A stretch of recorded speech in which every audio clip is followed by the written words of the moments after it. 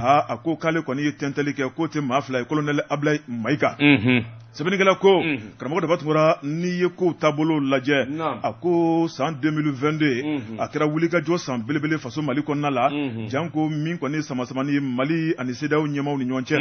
Mali n'a marabaa cɛ n'o ye Faransi ye Mali ni Nations Unies ni ɲɔgɔn cɛ a ko min ye Dr Choguel Kokala Mayiga n'ale jamana premier ministre a ko ale kɔni ye baara min kɛ o ma dogo maa la sabu min ye mɔnɛ ye ka sama ka bɔ Mali la Choguel min kɔni malidenw ka danbe min ye Mali ka hɔrɔnya ni ka Mali ka bonya ka segin a ma i b'a fɔ ko Choguel ayiwa sɛbɛnnikɛla ko a ko min ye Choguel y'o baara ɲuman mun kɛ karamɔgɔ Daba Tunkara jankoro Ala ka latigɛ don min ye farigan kɔni o nana Choguel la jamana marabaaw y'a kanu minnu ye colonel Assimi Goïta ye a ko Choguel i ka fasoden ɲumanya kanu i ka nisɔndiya baara i ka yiriwa o tuma an b'a lajɛ ka t'i sɛgɛn nafiɲɛ bɔ i k'i furakɛ n'i kɛnɛyala waati o waati i bɛ segin ka na sɛbɛnnikɛla ko o waati kɔnɔ maa min sugandira ni k'o ta k'o bila premier ministre la o de kɛra colonel Ablaye Mayiga ye min ye ministre de l'administration territoriale sɛbɛnnikɛla ko karamɔgɔ Daba Tunkara kabini colonel Ablaye Mayiga sigira Choguel nɔ na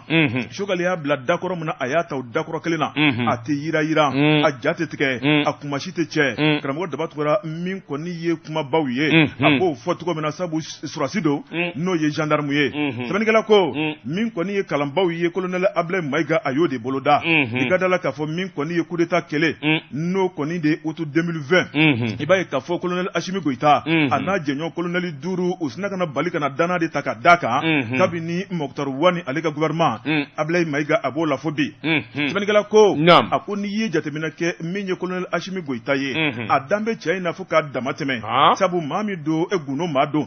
ladiri don karamɔgɔ Daba Tunkara a bɛ baara kɛ ni jɛlenya ye o tuma o de sɔrɔla min fɛ parti politique yɛrɛ jɛra k'u bolo fara ɲɔgɔn kan waati dɔ la k'a yira k'a fɔ k'u bɛ colonel Assimi Goïta fo k'a waleɲuman dɔn k'a ye maa min ta k'a kɛ ministère de l'administration territoriale ɲɛmaa ye ko n'olu bɛ ka ɲɔgɔn faamu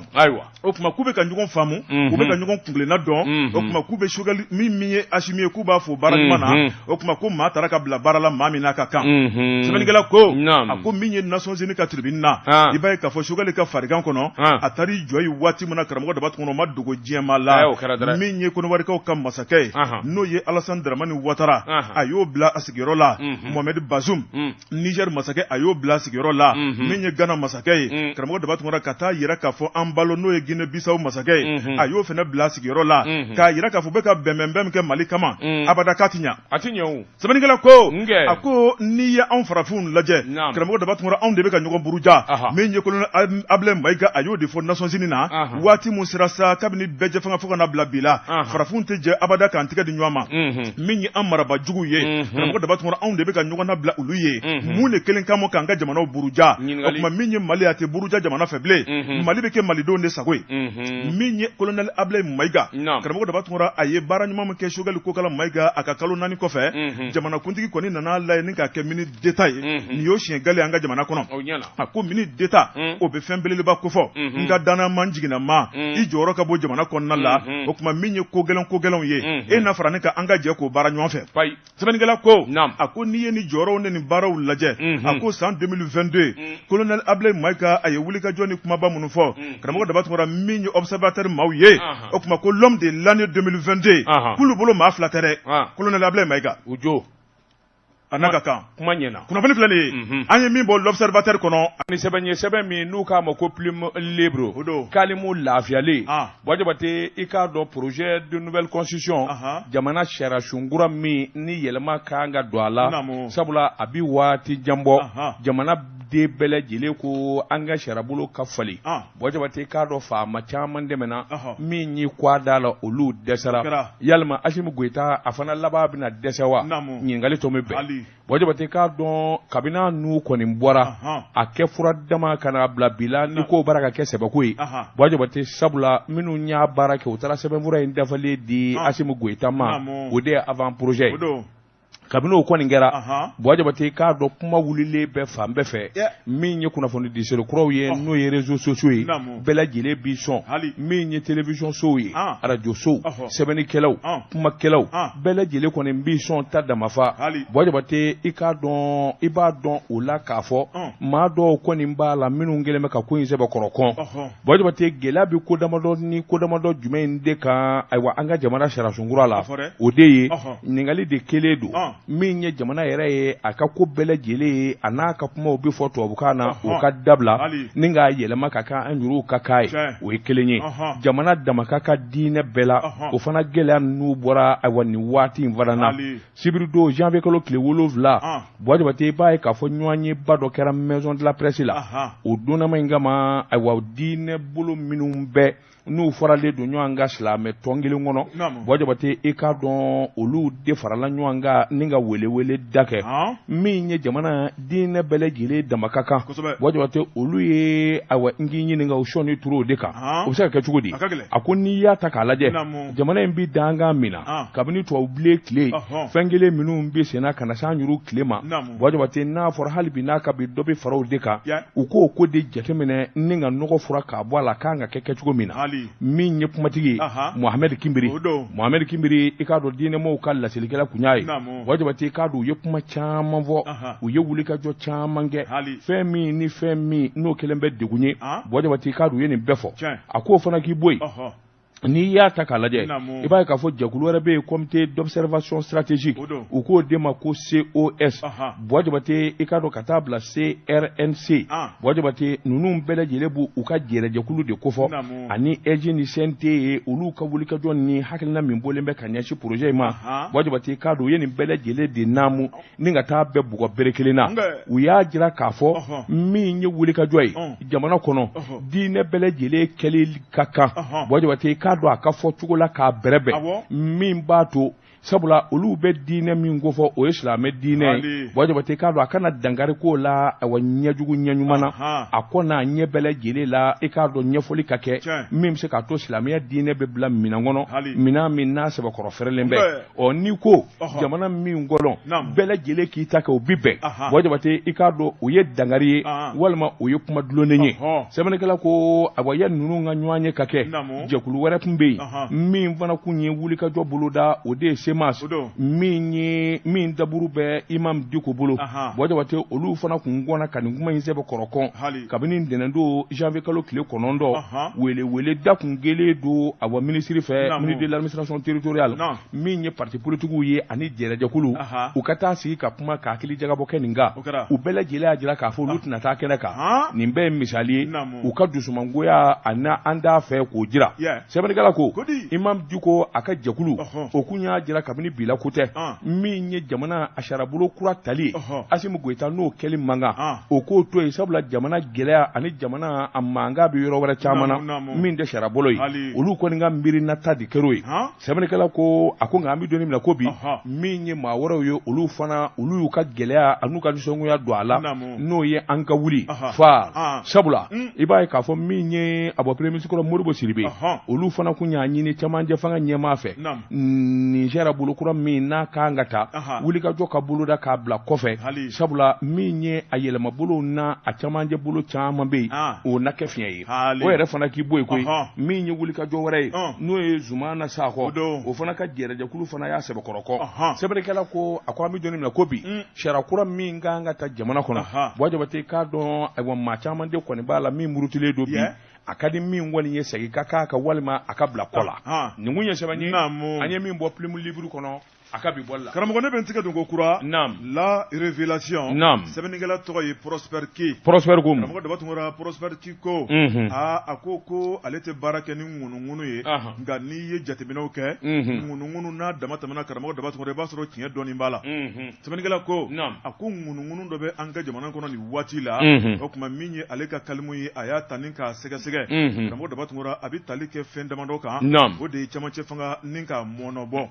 sɛbɛnnikɛla ko ko naam a ko camancɛ fanga o kan ka ba février 2024 mɔgɔ daba tungora n'i ye jateminɛ kɛ 2023 a ko o ye kalafili san ye faso Mali kɔnɔna la a ko kalafili bɛ daminɛ ni min ye o de référendum n'o ye jamana sariya sunba kura ye walasa bɛɛ lajɛlen ka jɛn n'a ye o tuma n'o voté oui walima non an jɛnna n'a ye walima an ma jɛn n'a ye a ko fiɲɛ taabolo bɛ taabolo min na an bɛ don min na ko bi karamɔgɔ daba tungora ko fiɲɛ taabolo man ɲi a ko maa minnu kan ka dɛmɛ ta ka constitution baara sɛgɛrɛ maa minnu kan ka jɛ k'u tigɛ di ɲɔgɔn ma Prosper k'i y'a yira k'a fɔ olu ɲiginen bɛ olu fugunen bɛ baara la a ko baara kɔni a gɛlɛyara sɛbɛnnikɛla ko a ko min ye parti politique dɔw bɛ yen olu kɔni ye tɔn sigi ka ban n'o ye RPM ASUMA ADEMA PSG yɛlɛma CODEM ka taa bila Dr Umaru Mariko ale ka tɔn n'o ye SADI ye o kuma Dr Umaru Mariko hali n'ale tɛ Mali kɔnɔ ale b'a sɔn min kɔni ye camancɛ fanga ye jan ko a bɛ se ka kɛ cogo min na ka bɛn ni waati kofɔlen ye sɛbɛnnikɛla ko ni parti politique ko u tɛ bi u sɛbɛkɔrɔ tɛ a ko n'i y'o kuma taabolo lajɛ karamɔgɔ daba tungora k'u sɔminen bɛ fɛn dɔ la a ko o sɔmi yɔrɔla tɛ dɔwɛrɛ ye dɛ min ye camancɛ fanga a ɲɛma ye n'o ye colonel Asimi Goyita karamɔgɔ daba tungora jateminɛw y'a yira k'a fɔ ŋunuŋunu don dɛ min kɔni ye baara ye k'u bɛ fɛ ka mɔnɔbɔ tuguni ni ka dɔ fara kan sabu faranga kelen kɛra faranga filanan ko malidenw k'u sigi o kan dɛ ko sabu kuma minnu bɛ ka fɔ n'i y'olu ta k'olu tɛntɛn o bɛ tali kɛ mun ni mun kan o de ye basigi ye o ma don Mali kɔnɔ fɔlɔ ni basigi dun ma sabati malidenw kan k'u sigi k'u da don élection ko kuma na wa bamanciya wale bɛ Mali fantan naani bɛɛ lajɛlen kɔnɔ politiki maaw tɛ ka ɲɔgɔn ye société civile tɛ ka ɲɔgɔn ye a ko malidenw hakili tilatilalen bɛɛ n'o bɛ jamana min kɔnɔ ko maa kan k'i sigi k'i dafa élection ko kuma na wa o kuma ko f'an k'an jɔ waati kɔnɔ min ye camancɛ fanga ɲɛmaaw ye u ka se ka basigi don jamana kɔnɔ maa bɛ basigi don waati dɔn wa sɛbɛnnikɛla y'a yira k'a fɔ karamɔgɔ daba tungora min ye an dɛmɛbaaw ye olu kɔni kɔrɔtɔlen bɛ sabu Mali bɛ tɔn dɔ la n'o ye CEDEAO ye CEDEAO ni Mali ɲɛmaaw ye tigɛnɔbila min kɛ u ko u y'a yira k'a fɔ tigɛnɔbila in kɔni an man kala kan baara kɔni a bɛ kɛ fo ka taa tɛnkun a bɛ ban ka bɛn ni février 2024 ye o ye transition ko bannen Mali kɔnɔ sɛbɛnnikɛla ko a ko Mali ye kantigɛ da mun di min ye communauté internationale ma karamɔgɔ daba tungora n'o de ye kalenkan ye min ye chronogramme ye a ko min kɔni Mali an bɛna bɔ olu jigiya kɔrɔ tuguni wa min ye Mali ye an bɛna an dalakan sɔsɔ tuguni wa a ko ɲininkali tɔ min bɛ yen Prosper k'i ko a ko n'i ye fiɲɛ taabolo lajɛ a ko siga kɔni tɛ min na karamɔgɔ daba tungora jateminɛw kɔni y'a yira k'a fɔ min kɔni ye transition ye k'a bɛna mɔnɔbɔ ko kura ye ko bɛɛ k'i sigi o kan dɛ kunnafoni fila nin ye an ye min bɔ la révélation kɔnɔ Prosper k'i ale ka sɛbɛnnin don Bɔjabate n bɛ n bolo bugɔ ka don n bɛ bɔ ni sɛbɛn ye sɛbɛn min n'u k'a ma Mali Tribune a bɔli ko siɲɛ 362 Alex Kalambiri nin y'a ka fatiri ye a ko chinois minnu minɛnen don Buguni a mankan a n'a wulikajɔ n'a titati a ko yalima minisiriso min n'a tɔ a de ko ministère de l'environnement i k'a dɔn o de ka mun bɛ nin na a dun ja tigɛ kun haraba i n'a fɔ naji bɔnnen bɛ kuma tɔnna a ko n'i ye kota k'a lajɛ Bɔjabate i b'a ye k'a fɔ chinois cɛ 4 u minɛnen don ayiwa ni k'u datugu sabula sɔmingelen d'u la min kɔni ye an ka kungokolo jiribaw tigɛli ye ani ka taa dingɛbaw tigɛ awa sanu ni marijanɛ ɲinini na i k'a dɔn u minɛn'o de la sɛbɛnnikɛla ko awa kungokoloba dɔ bɛ Buguni o ko min ma awa forêt classée de Kɛkɔrɔ Bɔjabate n'i y'a ta k'a lajɛ min ye ko in mankan ye a mankan barika bonyalen don kosɛbɛ nka hali bi n'a k'a bɛ jaabi jɔnjɔn maa si den kelen tɛ k'o fɔ o la nin ko in yɛrɛ u k'a o de ma sa ko affaire de chinois Kɛkɔrɔ Bɔjabate k'a dɔn ko in kɔni a bɛ ne ka maa caman gari ɲɔgɔn na minisiriso ani ɲɛmaaso caman bɛ yen Bɔjabate olu bɛ ne ka fili ɲɔgɔn ka tiɲɛ ma a ko sabula Buguni gouverneur ale de fɔlɔfɔlɔ ko in mankan wulilen gouverneur fɛ u labanna ni k'olu sen bɔ a la ministre de l'environnement ale ka conseiller dɔ bɛ yen i k'a dɔn o de laban nana wuli ka jɔ boloda sa sabula o yɛrɛ bɛ ne ka yɛlɛma Buguni nin ko in yɛrɛ ko da la a ko n'i y'a ta k'a lajɛ mankan in ni wulikajɔ bɛ fɛn min nɔfɛ ɲɔgɔn ye caman de kɛra a la nka min kɔni jɛlen don kɔsɛbɛ in i b'a ye k'a fɔ kunnafoni di siraw la i b'a ye k'a fɔ u ye ɲɔgɔn ye dɔ kɛ dɔ kɔni y'a kanu o ɲɔgɔn ye yɛrɛ de kasara da diɲɛ bɛɛ lajɛlen k'a ye Bɔjabate a ko n'i y'a ta k'a lajɛ i b'a ye k'a fɔ min ye mɔɔw ye tɔ caman fɔra hakilina caman de b'a la nka min kɔni jɛlen don an bɛ don minɛ ko bi chinois minnu minɛnen don Bɔjabate olu t'a dɔn u minɛna dalu jumɛn in na munna u minɛnen bɛ ka taa bila sariyatigiw ka bolo kan sabula minan ni minan min b'u bolo n'u ka baarakɛminɛnw ye nin bɛɛ lajɛlen minɛnen bɛ essence bondow ani taji bondow i k'a dɔn litiri 30,000 ani litiri 50,000 Bɔjabate nin bɛɛ lajɛlen dɛrɛlen don wa maa si t'a dɔn minan ninnu minɛnen u taara yɔrɔ min chinois ninnu yan'u ka baara in daminɛ a k'o sɛbɛnw jɛlen don $1,000,000 ni $50,000 sɛfɔ wari Bɔjabate u kun y'o sara k'a fɔ n'an ye tiɲɛni kɛ jiri mana tiɲɛ dingɛ mana dun i k'a dɔn an n'o sara n'o ye o $1,000,000 ni $50,000 kun sara la ka taa fara $1,40,000 jiri kuraw olu kun kan ka turu Bɔjabate k'a dɔn nin bɛɛ lajɛlen kun saralen d'u fɛ a ko tuma an bɛ jɔnni na ko bi n'i ye ko ta k'a lajɛ dingɛba ni fɛnba minnu senen don Bɔjabate ani maa dama min da bɛ nin ko in na a ko i k'a dɔn ko in gɛlɛyalen don ka se a dan na sabula tuma min n'u bɛ taa minɛni na pick-up 15 Bɔjabate o de fara ayiwa sɔrɔdasiw la ni ka taa chinois ninnu sɛbɛkɔrɔ dɛrɛ Bɔjabate k'a dun ka minɛn caman minɛna Caterpillar 26 pick-up 8 min ye excavateur o de 28 moto kɔni danto la groupe électrogène ani essence caman di minan ninnu minɛ fɔra dama kana bila bila Alex Kalambiri ko maa si den kelen t'a dɔn u bɛ jɔ nin ka bolo kan nin kun ye sɛbɛnni an ye min bɔ Mali tribune kɔnɔ